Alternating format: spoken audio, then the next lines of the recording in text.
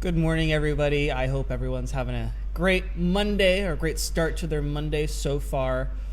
We had a few questions come in over the weekend, and I promised that I would demo a solution to one of those questions. So promises made, promises kept.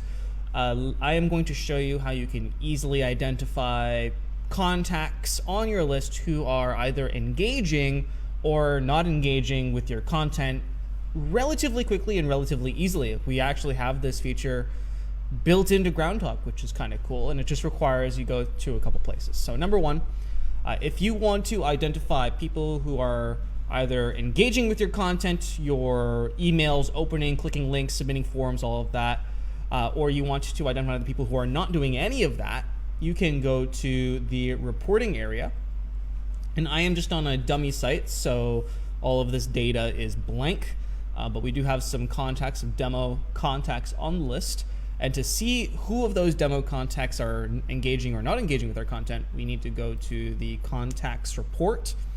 And then right down at the bottom of the contacts report, we actually have this really handy engagement report that my big fat face is covering. So I'm going to move that up here temporarily.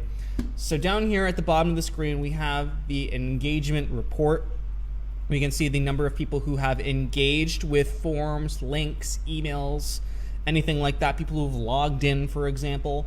And then in the unengaged category, we see all of the people on our list, inclusive of everybody, who have not engaged with our content. So this includes people who have unsubscribed, who have just been stale, who are just unconfirmed for a long time.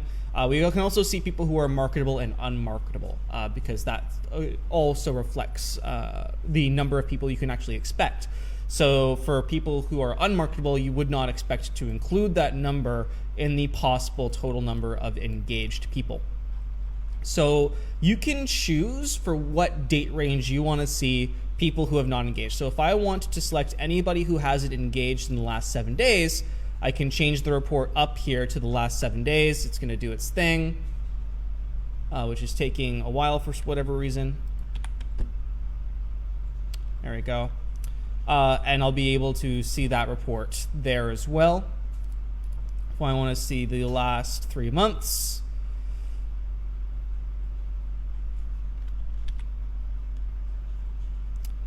I can see that as well. Since it's all just dummy data in here, it's not actually going to show me anything.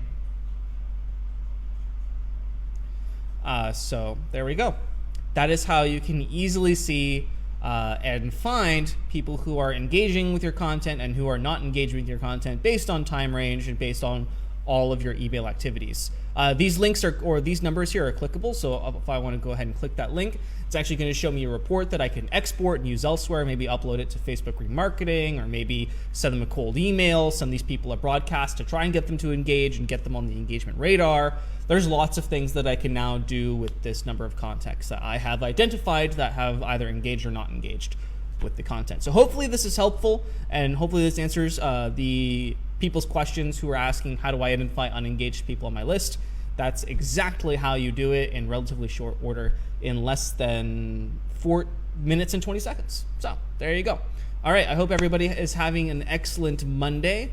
If you're watching this call and you haven't purchased a Groundhogg plan yet, I do want you to keep an eye on your email inbox. There is an email going out at 9:30, which is going to include an invite to book a what is essentially a pre-sales call with me. I'll be able to answer any questions that you might have or any trials or tribulations that you might be combating with before making the switch to Groundhogg. So if that's something you're interested, keep an eye on your inbox for 9:30 a.m. this morning Eastern Standard Time. All right, everyone have a wonderful Monday.